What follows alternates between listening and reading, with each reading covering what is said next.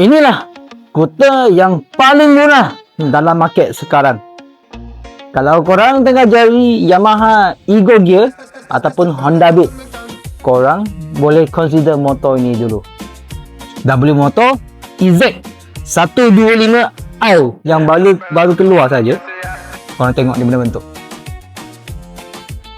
Motor kecil, sesuai lah untuk perempuan kalau nak pergi jalan dalam bakna ataupun taman-taman aja.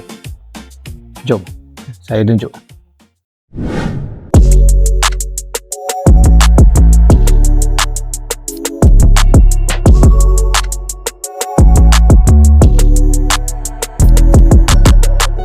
Harga on the road sampai 5,000, 125cc, single cylinder, 4 stroke. Saya bagi korang tengok dia punya meter.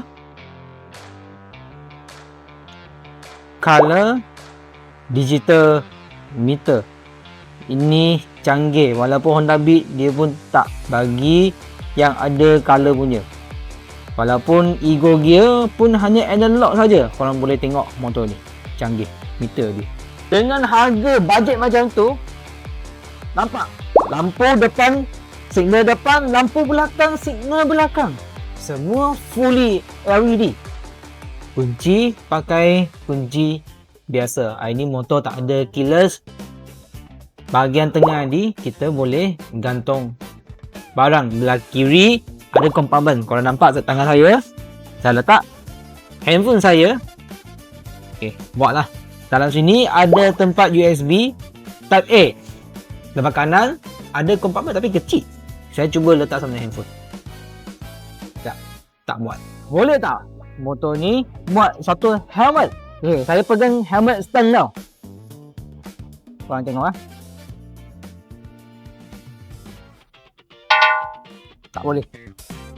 Kalau saya terbalikkan helmet ni, tak boleh juga. Okay.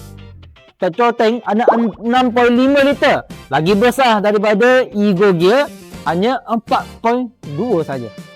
Motor ini tak ada air coolant, dia pakai eco. Okey, ketinggian seat motor ni korang tengok. Saya cuba duduk atas motor ni. Ada 760 mm. Tak tinggi lah sebab motor ni kecil saja. Motor ni tak ada ABS. Depan pakai disc brake, belakang pakai drum. Tak ada traction control lah. Okey, berat dia ada 95 kg. Korang tengok, saya tolak motor ni. Satu tangan tak ada masalah.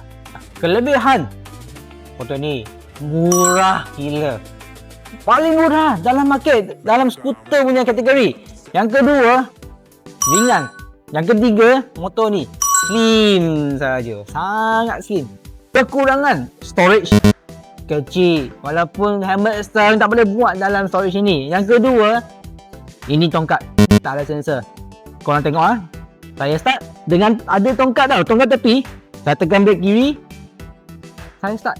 Ini sangat bahaya. Sangat bahaya. Untuk pendapat saya, motor ni kurang sesuai untuk jalan jauh.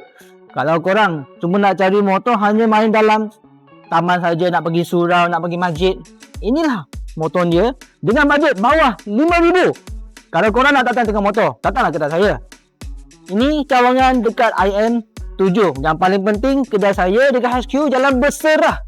Ada pusat servis. Kita jumpa nanti. See you guys.